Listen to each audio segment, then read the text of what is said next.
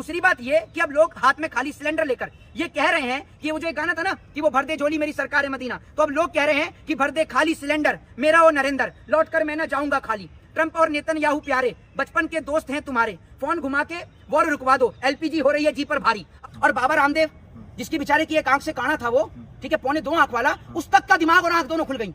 उसने भी ये बात कही कि भाई ईरान झुकने वाले नहीं है, प्रॉफिट मोहम्मद साहब को मानने वाले लोग हैं। लेकिन इन अंधभक्तों की आंख पता नहीं कब खुलेगी, लेकिन जिस वक्त अंधभक्तों की आंख खुलेगी उस दिन ये याद रखिएगा मोदी का ये स्टेटमेंट कि हम तो फक्कर फकीर है, झोला उठाएंगे और चल पड़ेंगे। ईरान ने क्या कहा वो आपने सुना नहीं होगा, क्योंकि उस टाइम पर तो आपने अपने कान बंद कर लेते हैं। ईरान ने साफ तौर पे कहा कि अगर हमने जहाजों को निकलने की परमिशन दी है तो भारत देश की जनता की वजह से, किसी प्रधानमंत्री मोदी की वजह से नहीं दी है। मोहित शर्मा, आप लोग भ्रम फैला रहे हैं, देश में अफवाह फैला रहे हैं कि भाई गैस की किल्लत है। सरकार देखिए, मैं एक चीज कहना चाहता हूं कि हम कोई अफवाह, कोई भ्रम नहीं फैला रहे। हम सिर्फ एक सवाल का जवाब सीधे तौर पर सरकार से पूछ रहे हैं कि अगर देश में कोई भी दिक्कत और परेशानी नहीं है तो पहले तो लोग गैस की लाइन में लगते नहीं थे, अब लोग बाहर लाइन में क्यों लगे हुए हैं? वहां कौन सा तमाशा चल रहा है, वहां कौन सा नृत्य चल रहा है, कौन सा टेलीविजन चल रहा है, या कौन सा मैच चल रहा है जो वहां पर लोग खड़े होकर अपने काम धंधे को छोड़कर वहां लाइन में लगे हुए हैं? सरकार सिर्फ इस सवाल का जवाब दे दे। और वो जो लोग मजदूर लोग जो अपने घर वापस आ रहे हैं वो क्यों आ रहे हैं अपने काम धंधे पे? कहीं ना कहीं होटल बंद हुए, रेस्टोरेंट बंद हुए, तभी तो ये दिक्कतें शुरू हुई हैं। दूसरी बात ये कि अब लोग हाथ में खाली सिलेंडर लेकर ये कह रहे हैं कि वो जो एक गाना था ना कि वो भर दे झोली मेरी सरकार है मदीना, तो अब लोग कह रहे हैं कि भर दे खाली सिलेंडर मेरा वो नरेंद्र, लौट कर मैं ना जाऊंगा खाली। ट्रंप और नेतन्याहू प्यारे, बचपन के दोस्त हैं तुम्हारे, फोन घुमा के वॉर रुकवा दो, एलपीजी हो रही है जी पर भारी। अब लोग इस तरीके की चीजें और इस तरीके की बातें प्रधानमंत्री के लिए कह रहे हैं, क्योंकि प्रधानमंत्री नरेंद्र पूरी तरीके से, आप ये समझ लीजिए, हर किसी के आगे हो जाते हैं सरेंडर। प्रधानमंत्री डिसीजन मेकर नहीं है कि डिसीजन क्या लेना है। एक और जो इनकी पार्टी के लोग हैं वो देश में हिंदू और मुसलमान की इतनी नफरत फैलाते हैं। हाल ही का वक्त आपको याद होगा शाहरुख खान का, जब उन्होंने अपनी टीम में एक बांग्लादेश के प्लेयर को ले लिया था तो उनको लेकर किस तरीके के इल्जामात लगाए, शाहरुख खान को किस तरीके के शब्दों का इस्तेमाल किया गया। लेकिन आज जब ये दिख रहा है कि खाड़ी के देश में वॉर चल रही है जहां से कच्चा तेल आता है, तो बांग्लादेश को डीजल देने की सरकार को जरूरत क्या पड़ी? ये सबसे बड़ा सवाल है। सरकार इस सवाल का जवाब दे कि आखिर बांग्लादेश को डीजल दिया तो क्यों दिया। एक और तो आप कहते हो कि बांग्लादेश में हिंदुओं की हत्या हो रही है और उसी बांग्लादेश को आप डीजल देने का काम कर रहे हैं। तो नरेंद्र मोदी इस सवाल का जवाब दें। और जिस तरीके से गृह मंत्री या प्रधानमंत्री जो बंगाल के अंदर जाकर वहां पर महिलाओं की बात कर रहे हैं, महिलाओं पर चर्चा कर रहे हैं, एक बार अपने प्रदेशों में झांक कर देख लीजिए कि महिलाओं की क्या स्थिति है। महाराष्ट्र में आपकी सरकार है, वहां के कभी किसी नेता का वीडियो वायरल हो जाता है ट्रांसजेंडर के साथ, कभी किसी बाबा का वीडियो वायरल हो जाता है। यूपी में आपकी सरकार है, कुलदीप सिंह सेंगर आप ही की पार्टी से एमएलए था, प्रज्वल रेमन्ना को आपने समर्थन किया, तो आप महिलाओं को कहां से बचाओगे?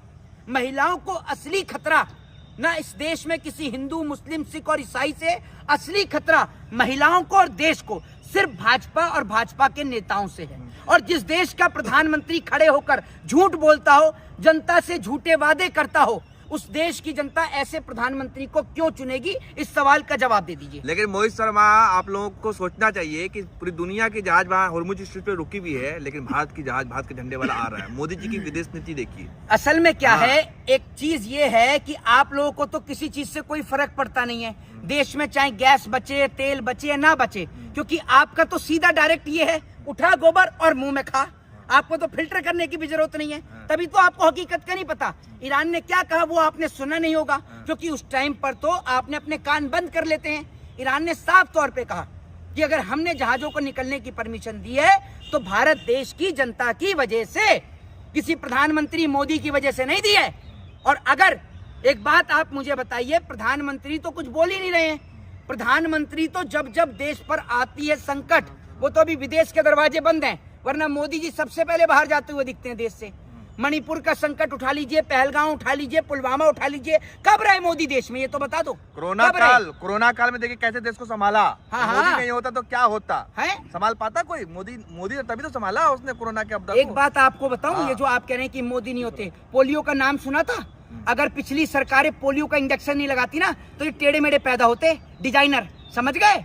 जो आप कह रहे हो कि मोदी ने संभाला, मोदी ने इतना अच्छा संभाला कि लोग जो हैं सड़क पर, एक बहन बेटियां अपने बच्चों को जन्म दे रही थी, इतनी बुरी स्थिति थी कि घाटों पर कोई अंतिम संस्कार करने के लिए नहीं आ रहा था, ये स्थिति थी, लोगों को गैस सिलेंडर नहीं मिल रहा था। और मुझे ये समझ में नहीं आता कि इनकी सरकार के राज में ये पूरा समय सिर्फ लोगों को लाइन में लगाते में बिता देंगे, कभी नोट निकालने की लाइन में, कभी नोट बदलने की लाइन में, समझ रहे हैं, अब गैस की लाइन में। हमें ये समझ में नहीं आता कि लाइनों में ही लगे रहे हम सारी जिंदगी हैं।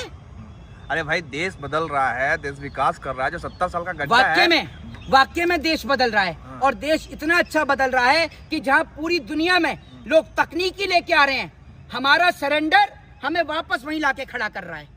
आप ये सोचिए, आज स्थिति ये हो गई कि वापस स्टोव चलने शुरू हो गए, केरोसिन मिलना शुरू हो गया। आप ये समझ लीजिए, ये स्थिति हो गई। बजाइए ताली, अब मिलेगा पेट्रोल पंप पे केरोसिन। हाँ, तो बजाइए, आप बजा तो रहे हैं, आप सरकार के मदारी से कम थोड़ी हैं।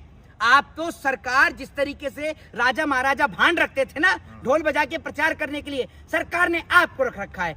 गलती से सिर्फ आपने अपना नाम गोदी मीडिया का पत्रकार रख रखा है, नहीं तो महोदय आप भाजपा के प्रवक्ता बहुत अच्छे बनेंगे। अप्लाई जरूर करिएगा उसके लिए, संबंध तो आपका पूरा होगा क्योंकि भाजपा से, क्योंकि जिस तरीके के आपके सवाल हैं और आपकी बुद्धि है, आपको तो गैस सिलेंडर की आवश्यकता नहीं। पहले भी मैंने कहा और दोबारा कहूंगा, आपको तो सीधा गोबर उठा के आप डायरेक्ट खा लेते हैं। पानी भी अगर बंद हो जाए तो भी आपको कोई दिक्कत नहीं, आप तो गौमूत्र से काम चला रहे हैं। लेकिन गरीब जनता के लिए भी तो सोचिए महोदय, आपका तो चल जाएगा।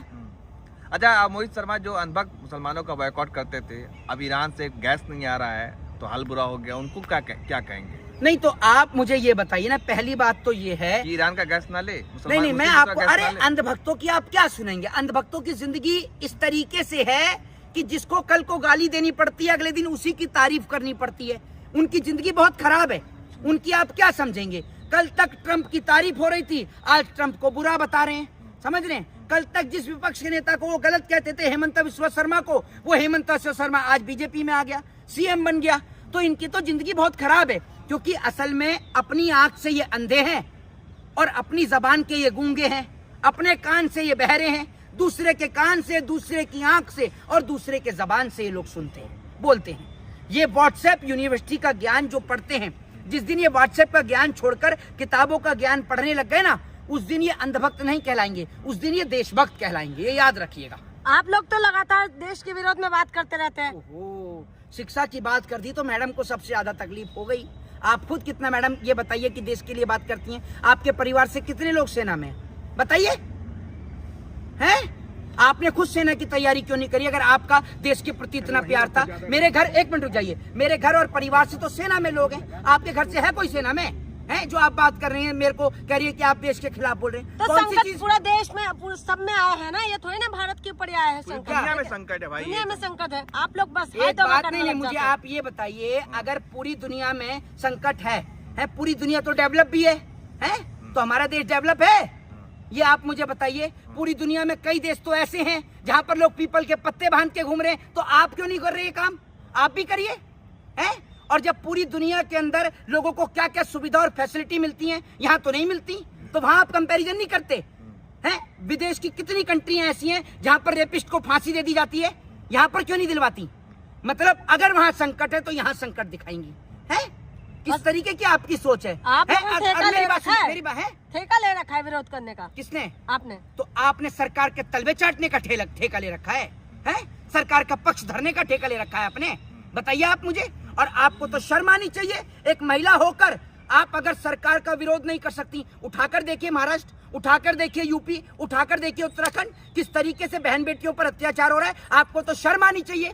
और आप पत्रकार, मैं ऐसे पत्रकारों को सरकार का प्रवक्ता समझता हूं जो पत्रकार में इतनी ताकत नहीं कि सरकार से सवाल पूछ सके, है? और आप कहने की विरोध, जब बहन बेटियों के ऊपर बात आएगी तो नहीं बोलेंगे। दिक्कत सिर्फ इस बात की, आप इसलिए नहीं बोल रही क्योंकि आपके घर का चूल्हा केरोसिन से नहीं, भाजपा के पैसों से चलता है। अच्छा, ये आप मोहित शर्मा आप किधर खड़े हैं? मोदी जी के जो लोग हैं वो तो कह रहे हैं कि भाई इजराइल हमारा सच्चा और पक्का दोस्त है, अच्छा दोस्त है, मोदी फादरलैंड है। नहीं तो एक बात मैं आपको बता दूं, जो अंधभक्त ये कह रहे हैं, वो जो गैस आ रही है, तेल आ रही है, मत लो, खाओ ना गोबर, खाओ गोबर। तुम लोग क्यों नहीं खाते? इस सवाल का जवाब दो ना, जो आप ईरान का विरोध कर रहे हो। और बाबा रामदेव, जिसकी बेचारे की एक आंख से काना था वो, ठीक है, 2.25 आंख वाला, उस तक का दिमाग और आंख दोनों खुल गई। उसने भी ये बात कही कि भाई ईरान झुकने वाले नहीं है, प्रॉफिट मोहम्मद साहब को मानने वाले लोग हैं। लेकिन इन अंधभक्तों की आंख पता नहीं कब खुलेगी, लेकिन जिस वक्त अंधभक्तों की आंख खुलेगी उस दिन ये याद रखिएगा मोदी का ये स्टेटमेंट कि हम तो फक्कर फकीर हैं, झोला उठाएंगे और चल पड़ेंगे। उस दिन मोदी जी आपको इस देश से जाते हुए नजर आएंगे। ये बात आप लिख कर ले लीजिए। जिस दिन इस देश में चर्चा मंदिर और मस्जिदों को छोड़कर शिक्षा पर होने लगेगी, उस दिन मोदी और अमित शाह जैसे लोग कभी इस देश की कुर्सी पर विराजमान नहीं हो पाएंगे। अगर कुर्सी पर कोई बैठेगा तो इस देश का पढ़ा लिखा नेता, इस देश का पढ़ा लिखा नौजवान। जय हिंद, जय आप संविधान। मानते हैं कि नहीं कि इजराइल जो है फादरलैंड है?